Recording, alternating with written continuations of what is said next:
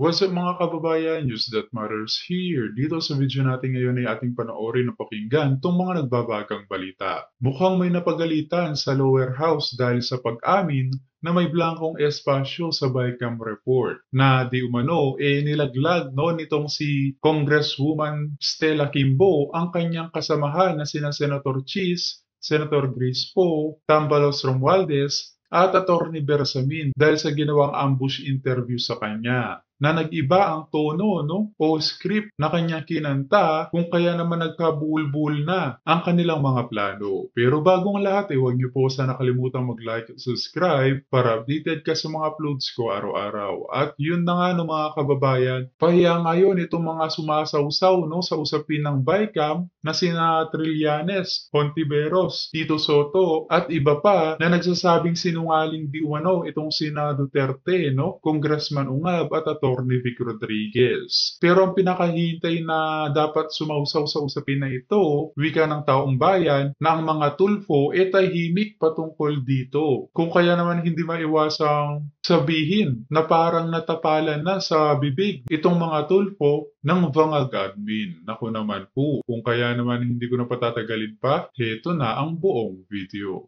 Tingnan muna natin uli. Baka nakalimutan na natin yung kanina. Yes, notwithstanding any errors or any Wait natin. it is first of all, it is valid. Dahil po, adding enrolled bill, ibig sabihin po, ang General Appropriations Bill na galing po sa Congress ay walang plan. So that's basically the reason for why ang naging basihan ng GEA ay But we do acknowledge po that there are blanks na po doon sa BICAM report na pinirmahan na BICAM at i-ratify ng plenaryo. yes, notwithstanding any typographical errors or any adjustments that are needed as a result of amendments, ay authorized naman po ang technical staff ng both House and Senate to make all of these necessary corrections. And just Yun yung pinapaliwanag ni Kimbo, di ba? Tinanong siya eh. So, meron nga po bang blanco doon sa mga bicameral? Yes. Kasi nga authorized naman yung mga kung sino-sino na itama. Kasi naaprubahan na yan sa plenaryo at saka sa BICAM. Sa BICAM. Tapos authorized na magtama yung mga technical group. Diyan kayo nadaling lahat sa pag-amin na yan ni Kimbo. So sa pag-amin ni Kimbo, tama ngayon si Ungab, tama si Tatay Digong. Correct. Diba? Na may mga pumirma, may mga nakapirma na without may mga nakapirma na may blanco pa. So tama ang yung hindi nagbabago ng pananalita na si Ungab. Tama pa rin kasi ang dami na sumasawsaw ngayon eh. Nakisawsaw na po tong nakisawsaw na si Lacson, nakisawsaw na si Shelo Magno, ginamit yung issue ng Vicecam para manawagan na rally nila. Ang rally naman nila ay para ma-impeach si BP Sara, nakisawsaw ngayon si Tito Soto. Ito si Antonio Trillanes, nakisawsaw na rin. Pero palpak na naman yung sawsaw niya. Basahin natin. Ang BICAM blank spaces issues ay isang Duterte issue. Inimbento nila to para ilihis ang issue sa palayo sa corruption ng pamilya niya. Si Senator Risa na miyembro ng BICAM mismo nagsabi na walang blank space. Kung magpabudol ka pa ulit kay Duts, ikaw nang may problema. Ngayon, yung sawsaw ninyo, lahat ng sumawsaw, sawsaw lang yan. Correct. No? Ang totoong nag-expose niyan, si Ungab, si Duterte, sa programa ni Baste, kasama si Attorney Rodriguez. Ngayon, ang sawsaw nyo, napahiya kayo sa pagsawsaw, wala naman kayo dun. Paano mo natiyak, Trillanes, na pauso lang yan? Ibig mo sabihin, yung hawak ni Ungab na pinatotohanan ni Manuel at saka ni Franz Castro, na pinatotohanan ni Aimee Marcos, invento lang ng mga Duterte. Ilang beses nang tinanong si Aimee Marcos, kaya hindi siya pumirma, kasi nga may blanco. Tignan nyo yung press. Tignan nyo lang kung gaano kasutil yung mga press natin. Tinatanong pa ba uli si Aimee Marcos? Akala kasi nila babaliktad si Aimee Marcos eh. 'Di ba? Akala nila babaguhin ni Aimee Marcos yung sinasabi niya. Buhat na nagsalita si Aimee Marcos na merong talagang blanco na pinapirmahan. Ano po sila? Wala na po. Tahimik na po yung press kay Aimee Marcos, 'di ba? Kala nila babaliktad eh. So mas marami po nagsasabi na may blanco. Ngayon, Hmm, ano lalabas ng mga kino-quote nyo? Si Rizal Ontiveros, eto si Gatchalian, at saka iyak malala na naman yan ng mga trolls, mga kababayan. Ako naman po. Ang dami pa namang nagmamagaling patungkol sa Bicam na yan. May pagtanggol lamang ang kanilang among bangag. Pero ayan, kay Kimbo na nga nanggaling na may mga blankong spasyo talaga. At nagkaroon na nga ng laglagan. si Villanueva, pare-pareho pong mga meron sa kanila nagsisinungaling. At malamang sa hindi si Kimbo yun. Kasi pabor pa rin si Kimbo. Sinasabi pa rin ni Kimbo na walang nilabag eh, 'di ba? Walang nilabag na batas eh. Sinasabi pa rin ni Kimbo na tama yung enrolled bill eh. Hindi niya lang alam na mali na magpapirma ng blanco. 'Yun yung pagkakaiba ng paliwanag ng isang abogado sa tapat na paliwanag ng isang teacher. Teacher eh. Bagamat naniniwala siya na hindi illegal, inamin niya yung irregularidad nang hindi niya sinasadya. Diyan namahamak itong si Castro. Inisa-isa po natin yung sumasawsaw, di ba? Sumausaw po si Lacson, sumausaw po si Soto, okay lang yan. Pabor naman sa atin eh. Walang problema sa pagsawsaw. Sumasawsaw si Shelo, okay lang po yan. No? Pero ang gusto po nating sumausaw sana, ay hindi sumasawsaw. Sino po yung gusto natin sumausaw? Gusto po naming sumausaw sana, eto pong mga tulpo. Ang dami na pong issue na hindi nila sinasawsawan. Bakit gusto natin silang sawsawan? Eto, bakit tahimik ang mga tulpo? 89 billion PhilHealth, Vice Camp, 5,500 ghost flood projects, 129 gold reserves, poverty, hunger. Kaya po, wala akong bilib sa mga tulpo na yan eh. Okay lang sila na maging radio broadcaster, no? Na tumutulong kahit paano sa mga ordinaryong mamamayan. Pero di ako aprobado na sila tumakbo sa mga matataas na posisyon sa ating bansa dahil kitang-kita na ayan, tahimik sila sa mga ganyang pangyayari. Wala silang accountability pagdating sa mga usapin ng korupsyon. Bakit kaya ganon, mga kababayan? Tahimik po ang mga tulpo. Bakit? No? At bakit natin dapat talakayin to? Para po ipaalala sa inyo. No? Para po ipaalala sa inyo na yung hinahangaan ninyo na posibleng maging kalaban ni BP Sara sa 2028, pagdating po sa mga malalaking issue, dehin bokiki po sila. Correct. Alam niyo po, may problema noon. Nung araw, sinasabi po, yung mga politiko na yan, naririnig mo lang,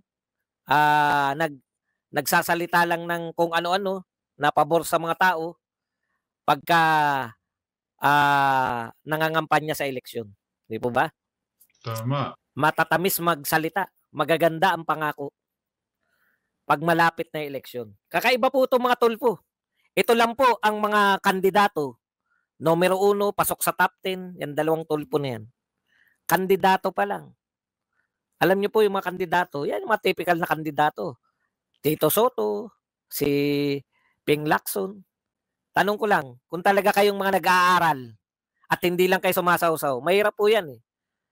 Kasi yung iba, thank you nga pala kay Tito Soto, thank you nga pala kay Lacson. Kung talagang kayo nakatutok sa pagbabudget, last year may problema po sa pagbabudget, hindi po namin kayo naririnig din. Ngayon pong matindi na yung galit ng tao, tsaka kayo naglumalabas para, di ba? Okay lang yan, walang problema. Pero hindi pa rin namin kayo iboboto. Correct. Kasi alam nyo na problematic tong gobyerno na to eh. Huwag nyo sabihin ngayon lang nagka-problema yung gobyerno. Pero still, kanino kayo tumakbo? Tumakbo pa rin kayo under ng BBM slate, di ba? Alam ko hindi lawyer si Stella di ba? Stella Kimbo. Kaya may problema siya ng inami. Lahat po nagdi-deny. Maganda yung atake, yung mga sila Grace po. Bagamat hindi nila dinideny na meron nga may blanco, pero sinasabi nila na walang blanco sa enrolled bill. Same din yung gustong sabihin ni Kimbo eh. Kaya lang nga, dahil may kakulangan siya sa script, ang tagal inayos yung script, sabay nung diniliver na, hindi ganun, no, yung pagkaka-deliver. Kasi simple lang eh. Huwag nilang aminin, huwag din nilang i-deny. no? Ganyan nakikita ko script eh. Si Bersamin ganun. Ah, kung may blanco 'yan, wala kaming kasalanan diyan. Nakarating sa amin 'yan, walang blanco. Pinirmahan namin, walang blanco. Wala kaming pananagutan diyan sa usapin na 'yan. So walang pag-amin. Si Chis Escudero rin, sinasabi rin ni Chis Escudero na walang blanco nung pumirma ako, 'di ba? Ganun eh. Anong ano eh. Alam na alam ng mga abogado kung paano iiwasan yung tanong na may blanco ba talaga? Tapos dadaldalan ka na nila ng mga ibang bagay. Natatandaan ko si Bersamin, no? Nagkwento na tungkol sa mga makikipagtulungan sa Interpol pag ni-request ng ICC, etc. etc. Si Grace po, dahil konting less talk, less mistake yung pinatupad ni Grace po, yun lang, doon lang Isa siya, pa no? yan. Walang blanco sa enrolled bill. 'Di ba? Kaya nga may nagtatanong sa inyo, malamang iba pa yung ano, malamang iba pa yung kaya may nagtanong sa inyo kung iba pa yung enrolled bill kaysa sa BICAM report, no? Yan. Kasi nga panlito yan ni Chis Escudero, panlito nila yan eh. Nawala sila nakita. Na pwede namang kasagutan yan, nagpapanibago silang usap, pwedeng kasagutan yan sa mga sinasabi ni Amy Marcos, ni Raul Manuel, ni Bato, at saka ni Franz Castro na may blanco talaga. Pero sa enrolled bill, ayan. Kaya lang, dahil nga hindi nga naman abogado to si Kimbo, pag tinanong mo siya, akala niya tama na script niya, nagkalaglagan. Hindi sinasadya. Ako, sa tingin ko, hindi naman sinasadya ni Kimbo. No? Hindi sinasadya na nagkalaglagan. Kasi tama rin eh. Meron din siyang sinasabing enrolled Buti bill. nga sa kanila. Sa enrolled bill, okay na. Okay na lahat. Kaya lang, less talk nga, less mistake. Hindi niya ginaya si Grace po eh. So all along, yung sinasabi ni Ungab kay Tatay Digong, yung pinagreakan ni Tatay Digong, tama. Mayroong blanco. At ito po ay kinumpirma ni Kimbo.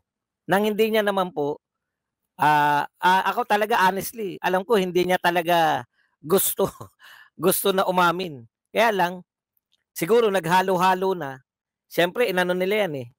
Kumbaga, binigay sa kanya yung senaryo na ganito paliwanag natin dyan. Na kaya may mga binigay tayo, ang nagpuno na yung mga technical committee dahil, pero nasabi niya eh. Dapat doon, iiwasan na magsalita o iiwasang umamin na may blanco.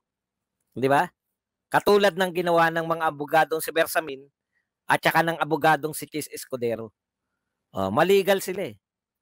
Ambos interview, hindi siyempre. Kung ano, ang interesado lang naman yung lahat ng po yan, alam na ng lahat ng Pilipino na merong may blanco. Alam na ng lahat ng Pilipino na nagtatake pa, naghugas kamay na nga yung Malacanang. Alam na po yan ng lahat. Ngayon, paliwanagan na lang kung counted ba yun, yung pinapakita ni Ungab, na yun na ba yung actual. Simple lang yung sinasabi ni Ungab eh. Bago magpermahan, wala dapat blanco. Simple lang din yung sinasabi ni Tatay Digong. Ang meaning po ng pagbablanko ay para ka nagbigay ng blank check. Di ba? Correct. Okay. So pakinggan natin ha. Baka sabihin nyo naman, tinatsambahan ko. Ito po si Kimbo. Sa kanyang pagsagot sa question and answer. Did you acknowledge po ma'am that there are blanks na po doon sa BICAM report na pinirmahan ng BICAM and i-ratify ng Penalyo? Yeah, so notwithstanding any typographical errors or any adjustments that are needed as a result of amendments, I authorize naman po ang technical staff ng both House and Senate to take all of these necessary corrections and just... Okay. Tignan nyo ha. Inamin eh. Yes. Di ba? Sabi niya, tinatanong siya yung sa blank. Yes. Ina-acknowledge niya. Kasi authorized naman daw yung mga technical group na magtama. Umamin na po eh. wala na pong ano yan, wala na pong, kumbaga, ang hirap na pong bawiin yan kasi pinangatwiranan na eh. Akala ni Kimbo yung katwiran niya, tama na yon sa batas. Hindi po obra yun, Kimbo. Yung Hmm. sinasabi mo na yan na may typographical error at ito ay napagkasunduan, ang susunod niyan sasabihin diyan, napagkasunduan na yan sa BICAM eh. Alam na nila kung ano yung mga ilalagay. Parang ganun yung gusto nung sabihin para lang maiwasan yung mga typographical error. Nilib munang blanco yan. Pero hindi na po pwedeng yung technical group na maglagay dyan ng hindi na pagkasunduan. Hindi nga, kaysa nga daw ilagay nila, nilib na lang daw ng blank. O kaya huling-huli po, di ba? Ano sinasabi nila yung technical? Yan naman, yung sinasabi ni, narinig ko na rin katwiran niya, hindi kay Kimbo eh. Narinig ko na pong katwiran niyan kay Pagdangaman. Pagdangaman, Amina. Ayan. Yan po yung paliwanag niya, yung binibigay lang sa mga authorized na technical group para sila nagpupuno. Pero yun nga po yung question. Kailan ba dapat nagaganap yun? Di ba? Pirma ba muna o itatama na yung mga correction? O, eto na po yun eh. Si Amina rin, ganun din, hindi niya rin sinagot ng direkta. Kung meron ba talagang blanco, ang sinasabi niya, authorized daw na maglagay ng mga figures yung mga technical group. So, eto mga sinabi ni Kimbo, eto na yung mga napag-usapan nilang isasagot eh. Ang problema niya, inamin niya na may blanco. May blanco eh. Walang umaamin nung una eh. Ngayon, umamin ka na may blanco, ang sinasabi mo lang, napagkasunduan na yan, kaya wala silang dapat ilagay dyan na hindi napagkasunduan. Bibigyan kita ng halimbawa, Kimbo, na pwedeng maglagay ng hindi nyo napagkasunduan. Ito lang naman yan. Itong Congress lang na to. Last year, walang akap. Walang akap sa lower house, walang akap sa Senate. Bigla nagkaroon ng akap. Kaya nga yung tinatanong nila, ano ba yung akap na yan? Hindi namin alam yan. Di ba? Last year yun. Nag-BICAM, walang akap. Walang akap. Tapos na yung BICAM, hindi nila napag-usapan kung ano yung akap. Biglang nung nakapirma na sila. O, di ba? Tapos nung nakita nila yung GAA 2024, ano tong akap? Bakit nagkaroon ng akap? Wala naman niya sa usapan sa BICAM. So tama naman to si mukhang ginagawa na nila yan buhat nung sila yung umupo. No? Hindi po nagsisinungaling si Kimbo. Actually, si Kimbo yung nagpaliwanag ng mga butas nung paliwanag nila eh. Reggie Ramirez, thank you very much sa 799 Qatar Real. Actually, lahat ng blanco sa sinasabi ni Grace po, ni Chis Escudero, ni Pagdangaman, nasagot ni Kimbo lahat. May blanco, diba? Nagkapirmahan, pinalagyan nila sa technical staff nila. O ngayon, totoo ba yun? Ngayon, hindi. Ang tansya ko, ginagawa lang nila to nung panahon na ni Bongbong Marcos. Kasi nasabi niya ni BP Sara, hanapin niyo yung video. Kaya nga yung BICAM report na yan, no? Talaga para sa eleksyon yan. Dyan dapat di umano kukurakutin o babawiin ang mga pondong nagastos nila sa pagpapaayuda sa taong bayan. At ang target pa nga nila, syempre, ang mga nasa agricultural sector dahil napakadali para sa kanila na butasan ito. Kung kaya't hindi katakataka na ang mga local farmers natin patuloy na naghihirap under sa administrasyon ni Bangag. Sabi ni BP Sara, di naman nagbabasa yan si Marcos ng hindi niya nga alam yung pagkakaiba ng NEP at saka ng GAA. Wala siyang question eh. Kahit na lumabas sa GAA na ibang-iba sa NEP, ang NEP po kasi yan yung request. Yan yung kailangan ng gobyerno mo. Presidente ka eh. Diyan mag-a-act yung Houses of Congress, House of Representatives at Senate. Diyan mag-a-act sa NEP, sa request ng Pangulo ng Pilipinas. Ito yung request kong budget. Either tatapesan lang yan ng konti o dadagdagan, ganun po yan. Hindi po kayo pwedeng lumabas dyan. Ang ginagawa ni Lamartin at Saldico, ewan natin, mula pa last year, kahit wala sa NEP, nalalagyan nila. Tuloy ko lang yung kwento ko para pasinungalingan itong sinasabi ni Kimbo. Sabi Dinudoktor kasi ni nila ang Kimbo, dokumento. napag-usapan na natin yan sa ano eh. Napag-usapan na yan sa BICAM. Kaya wala nang pwedeng ilagay dyan yung technical group na hindi napag-usapan sa BICAM. Mali ka dyan.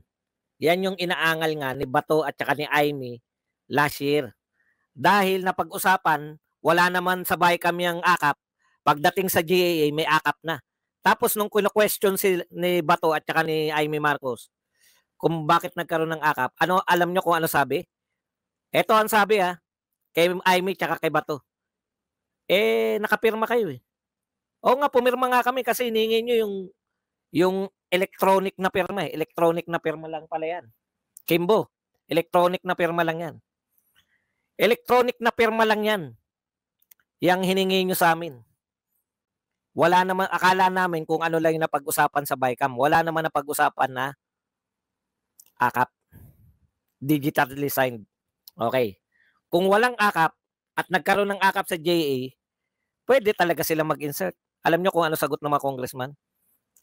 Pumipirma pala kayo ng hindi nyo binabasa eh. Di ba? Lusot sila last year. Ngayon, di sila nakalusot kasi may hawak na dokumento si Ungab. Merong blanco. Ang nagpaliwanag kung bakit may blanco, si Kimbo. Kala siguro ng mga to dahil noong nakarang taon nakaligtas sila sa critics ng taong bayan magagawa nila ngayon. Kasalanan din nila, naging mainit sila sa mga Duterte. Siyempre kailangang galaw-galaw din ng mga Duterte patungkol sa kanila. Yun na nga, hindi nga alam hindi nga alam ni Kimbo eh. 'Di ba? Pinaratify niyo na may blanco tapos sasabihin niyo na okay lang 'yun. Total ano lang naman 'yun, yung mga figures lang, parang calculator lang daw. Hindi pa rin. 'Di ba? Kinakailangan mo muna dapat may numero na. Kung mali pa rin yung pag-calculate.